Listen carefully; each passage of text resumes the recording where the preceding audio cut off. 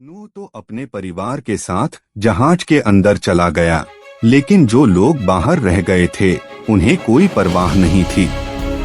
वे बस अपने रोज के कामों में लगे रहे, जैसे खाने पीने और मौजमस्ती करने में। वे अब भी यही सोच रहे थे कि बाढ़ नहीं आएगी। वे शायद नूह और उसके परिवार पर खूब हंसे होंगे, लेकिन जल्द ही उनका हंसना बंद हो गया। पानी बरसने लगा। इतनी जोरों से बारिश होने लगी मानो कोई बाल्टी भर भर के पानी उंडेल रहा हो। नूह की बात 16 आने सच निकली।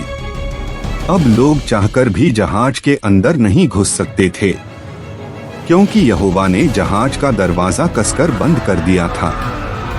देखते ही देखते सब जगह पानी भरने लगा। ऐसा लग रहा था मानो हर तरफ बड़ी बड़ी नदियां बह रही हों। पानी इतनी तेजी से बह रहा था कि सारे पेड़ गिर गए और बड़े बड़े पत्थर भी पानी में बहने लगे। चारों तरफ इतना शोर था कि पूछो मत। यह सब देखकर लोग डर के मारे कांपने लगे। वे अपनी जान बचाने के लिए ऊंची ऊंची जगहों पर चढ़ने लगे।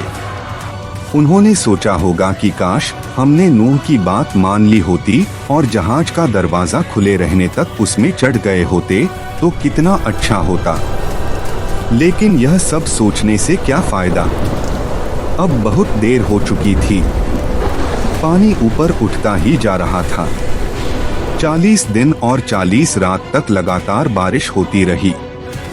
पानी इतना बढ़ गया कि ऊंचे ऊंचे पहाड़ भी उससे ढक गए।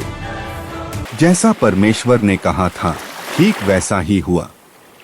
जहाज के बाहर जितने भी इंसान और जानवर थे, सबके सब डूबकर मर गए। लेकिन जहाज के अंदर जितने लोग और जानवर थे, वे सब बच गए। नूह और उसके बेटों ने जहाज बहुत अच्छी तरह बनाया था। जैसे जैसे पानी ऊपर उठता गया, जहाज भी पानी के ऊपर तैरने लगा। फिर 40 दिन के बाद बारिश बंद हो गई और सूरज चमकने लगा। क्या आप सोच सकते हैं कि उस वक्त का नजारा कैसा रहा होगा? जी हाँ, हर तरफ सिर्फ पानी ही पानी था। बस एक चीज दिखाई देती थी, पानी पर तैरता हुआ जहाज। क्या आपको वे लंबे चौड़े आदमी याद हैं जिन्हें नेफिलीम कहा जाता था? वे सब भी इस बाढ़ में मर गए। अब वे किसी को भी परेशान नहीं कर सकते थे। उनके साथ उनकी माएं और बाकी सब बुरे लोग भी मर गए। बारिश बंद होने के बाद परमेश्वर ने हवा चलाई और धीरे धीरे पानी कम होने लगा। 5 महीने बाद नूह का जहाज एक पहाड़ पर आकर रुक गया। और 2 महीने बाद जब जहाज के अंदर से नूह और उसके परिवार ने बाहर देखा तो उन्हें कई पहाड़ों की चोटियां नजर आईं।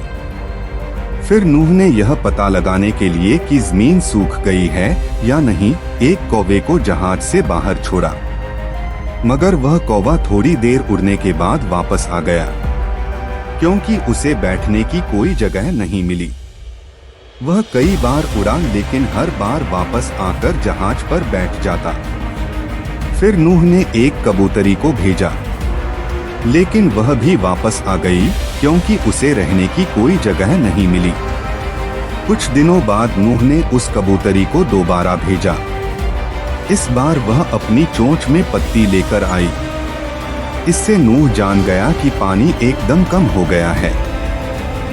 नूह ने उस कबूतरी को तीसरी बार भेजा। इस बार वह नहीं लौटी, क्योंकि उसे रहने के लिए सूखी जगह मिल गई। अब परमेश्वर ने नूह से कहा, जहाज से बाहर आ जाओ। अपने साथ अपने परिवार और जानवरों को भी बाहर ले आओ। जानते हैं वे कितने समय तक जहाज के अंदर थे? 1 साल से भी ज्यादा। जहाज से बाहर निकलने पर और अपने आप को जिंदा पाकर उन्हें कितनी खुशी हुई होगी। बाइबल बताती है नूह सच्चे परमेश्वर के साथ साथ चलता रहा। उत्पत्ति 6:9 पढ़िए। इसका यह मतलब नहीं कि परमेश्वर धरती पर आकर उसके साथ साथ चला था या नूह किसी तरह स्वर्ग गया था। इसके बजाय नूह ने परमेश्वर की हर आज्ञा मानी और वह उससे बहुत प्यार करता था। यह ऐसा था मानो नूह और यहोवा 2 दोस्तों की तरह साथ साथ चल रहे थे। नूह के समय से हजारों साल बाद बाइबल में लिखा गया कि उसने अपने विश्वास की वजह से दुनिया को सजा के लायक ठहराया। इब्रा 11:7 यह उसने कैसे किया? आज हम उसके विश्वास से क्या सीख सकते हैं?